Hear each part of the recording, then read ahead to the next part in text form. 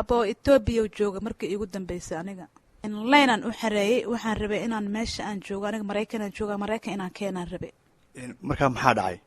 abo waxaa dhacay in wiilkay wiil yar waaye dad baa intay ka aqli badiyeen ayay iga wateen inaad u maqan tahay oo fiisa aad u xareysay soo ma ogeen ها wuu ogaay laakiin hadda cunug waa yar yahay waa laga aqli badiyay niman baa ka aqli badiyeen meel aan ka raadiyay ama meel aan ka doono ma aqaani waa iska dhaafay ilaahay baan iska bari in ilaahay ii soo nabad aruuriyo bis maalmaha kamid ah ayaa telefoon ii soo dhacay telefoonki waa garawaay waxaan leeyahay lambarkan muxuu yahay kaaraan soo qaatay waa wacay nin carab ah ila hadlay ninka carabka markuu ila hadlay wuxuu dhahay lacagan u baahanahay lacag $5,000 u baahanahay waa fahmi waayay wuxuu ka wada wan garawaay waxaan u geeyay wiil oo Soomaali ah u geeyay af Carabi yaqaana la hadalaan dhahay wuxuu dhahay cunugaadi meesha jooga aniga wiilkayga leela hadal siiyay hooyo wuxuu dhahay saan ku imid meeshan ma aqaani nimana i soo wadeen marka lacag $5,000 la iga rabaa nimanka soo waday ma Soomaali bay ahaayeen mise carabtaas bay ahaayeen maya Soomaali ahaayeen $5,000 yaa ka rabaa maxaa looga rabaa madax furasha looga rabaa asaga yiri intay wadeen dhaheen hooyada aaw Mareykan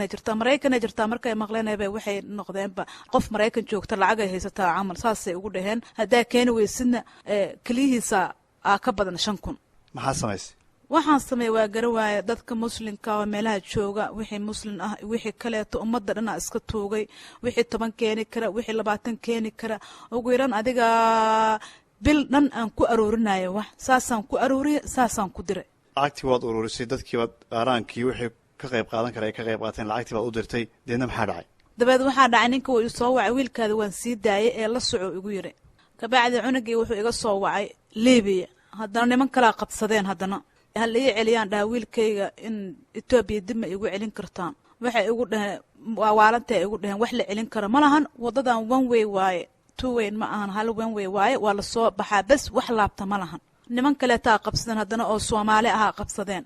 waxay ugu dhaheen 1,900 oo lacag ah loo baahan yahay 1,900 waa iska sugu waan shaqeeyaa haddana ummadii waxa ii aruurisay haddana dib ugu laab iyo waxay raan shaqeeyay iyo wixii dadkii asuukay aruuriyeen haddana lacagti waan diray markaan diray aan la hadlo hooy hay lacagti ma hesha hooy lacagti waa hele waa la soo xaadiriyay marka hooy ii soo ducay badaan maraya waayaha ilaaha ku samageeyo ka bacdi haddana waa la heestaan haddana maqli ma alla meel ku sugan yahay ilaa hadeertan cunugayga ma garanayo magacii baa oran jiray